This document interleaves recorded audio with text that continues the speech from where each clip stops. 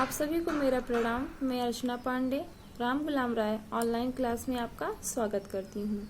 जैसा कि पिछले वीडियो में वाचन का अर्थ पढ़े थे, वाचन के गुण पढ़े थे, वाचन कौशल की आवश्यकता पढ़े थे। अब आइए वाचन कितने प्रकार के हैं इसके बारे में आज अध्ययन करेंगे। तो वाचन दो प्रकार के होते हैं, पहला मौन वाचन, दूसरा सस्वर वाचन। अब आइए पहला मौन वाचन क्या है। लिखित भाषा को बिना उच्चारण किए शांतिपूर्वक पढ़ने और पढ़कर उसका अर्थ समझने की क्रिया को मौन वाचन कहते हैं। अर्थबोध और भावानुभूति मौन वाचन के आवश्यक तत्व हैं। मौन वाचन के में पढ़ने वाले के होठ तक नहीं हिलते और मौन वाचन करते समय पाठ्यांश में वर्णित भावों और विचारों की ओर अधिक ध्यान दिया जाता है। अब आइए मौन वाचन के उद्देश्य। मौन वाचन के कितने उद्देश्य हैं? अनेक प्रकार के उद्देश्य हैं, जैसे पहला ज्ञान, कौशल, रुचि। अब आते हैं मौखिक वाचन। ज्ञान के अंतर्गत मौखिक वाचन और मौन वाचन दोनों मूल उद्देश्य लिखित सामग्री का अर्थ ग्रहण एवं भावानुभूति करना है। मौन वाचन के अंतर्गत अनेक उद्देश्य हैं, जैसे ज्ञान, कौशल, रुचि इत्यादि। ज्ञान के अंतर्गत छात्रों को लिखित लिपि का स्पष्ट ज्ञान कराना है और उनके शब्द भंडार में वृद्धि करना है। छात्रों को वाक्य रचना का ज्ञान कराना और विभिन्न लेखन शैलियों से परिचित कराना होता है और छात्रों को मानव के विभिन्न पहलुओं का सामान्य ज्ञान कराना होता है। कौशल के अंतर्गत छात्रों को उचित आसन में बैठकर मौन वाचन कराए जाते हैं। इसमें शिक्षक छात्रों से अर्थ ग्रहण करते हुए तीव्र गति से मौन वाचन करते हैं। अभ्यास कराए जाते हैं। रुचि के अंतर्गत छात्रों की अध्ययन में रुचि उत्पन्न करना है। इसमें छात्रों को की समीक्षा करने की रुचि उत्पन्न करना है। अब आइए मौन वाचन के तत्व। मौन वाचन के अनेक प्रकार के तत्व हैं, जैसे निम्न है, आइए देखते हैं। उचित पठन, आसन, मुद्रा। दूसरा सक्रिय शब्द कोश।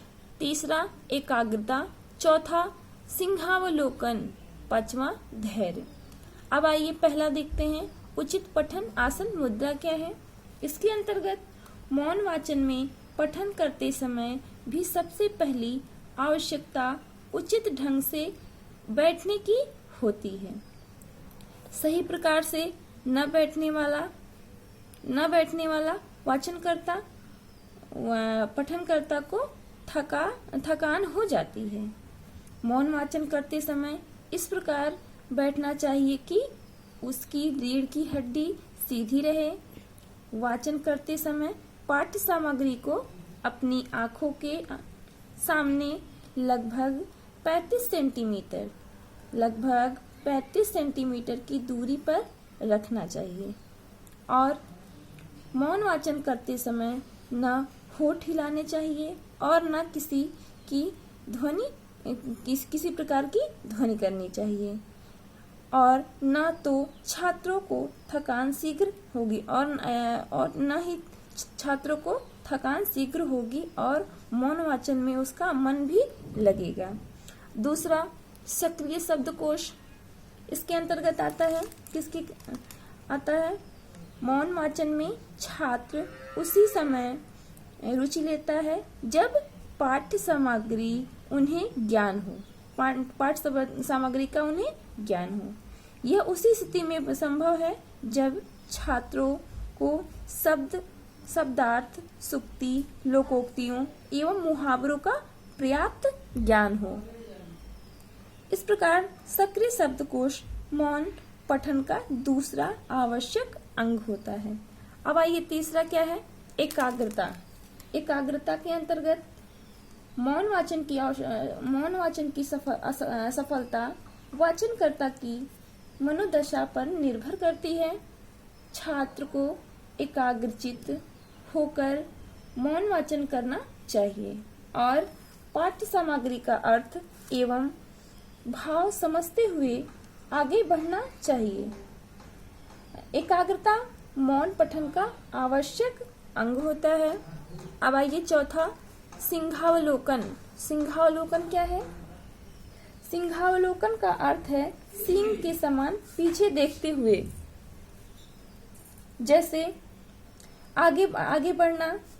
मौन वाचन के संदर्भ में इसका अर्थ है आगे बढ़ते समय पीछे का स्मरण करना।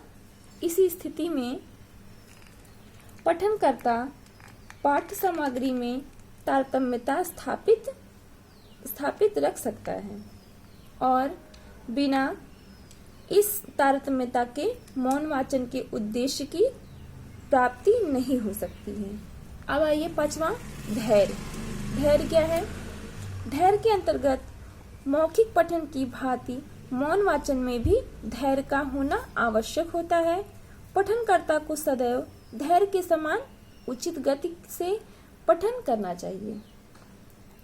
बहुत अधिक तीव्र या बहुत अधिक मंद गति से पठन करने से अर्थ में बाधा पड़ती है। वाचन करते समय कभी कभी ऐसे शब्द आ जाते हैं जिनका अर्थ समझना कठिन होता है। ऐसी स्थिति में भी पठनकर्ता को धैर्य नहीं खोना चाहिए और एकाग्रचित होकर आगे बढ़ना चाहिए। अब मौन वाचन के प्रकार। मौन वाचन के दो प्रकार होते हैं। पहला गहन एवं गंभीर वाचन, दूसरा द्रुत वाचन। आइए गहन वाचन क्या है इसके बारे में जानते हैं। किसी पाठ्य सामग्री को मौन रूप में पूर्ण मनोयोग से बड़े धैर्य के साथ उसके प्रत्येक अंश का अर्थ एवं भाव समझने का प्रयास करते हुए पढ़ने की क्रिया को गहन वाचन कहा जाता है। उच्च साहित्य एवं दर्शन आदि विषयों के अध्ययन हेतु गहन पठन की ही आवश्यकता होती है। गहन पठन के लिए यह आवश्यक है कि पठनकर्ता का अपना शब्द भंडार हो और उसमें कल्पना, चिंतन, मनन और विश्लेषण करने की क्षमता हो। वह यह गहन वाचन के अंतर्गत आते हैं। इसके क्या क्या उद्देश्य हैं? इसके उद्देश्य देखते हैं। जैसे विषय वस्तु पर अधिकार करना। किसी भी विषय वस्तु होती है उस पर अधिकार होता है। भाषा पर अधिकार करना, जो भी उसमें सरल भाषा, जिस प्रकार की भाषा है उस पर अधिकार करना। केंद्रीय भाव की खोज करना, उसका क्या शीर्षक है, उसका केंद्र क्या है, उस पे खोज करना होता है। नवीन सूचना एकत्र करना, नए प्रकार की जो भी सूचनाएं जो भी उस गहन अध्ययन के अंतर्गत है उसको एकत्र करना। पठित सामग्री से निष्कर्ष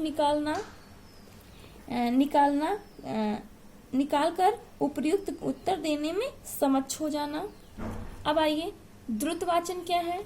द्रुत वाचन किसी पाठ्य सामग्री को मौन रूप में तीव्र गति से पढ़कर उसके अर्थ एवं भाव को ग्रहण करने की क्रिया को द्रुत वाचन कहा जाता है। दूसरे शब्दों में द्रुत वाचन का संबंध विस्तृत अध्ययन से है।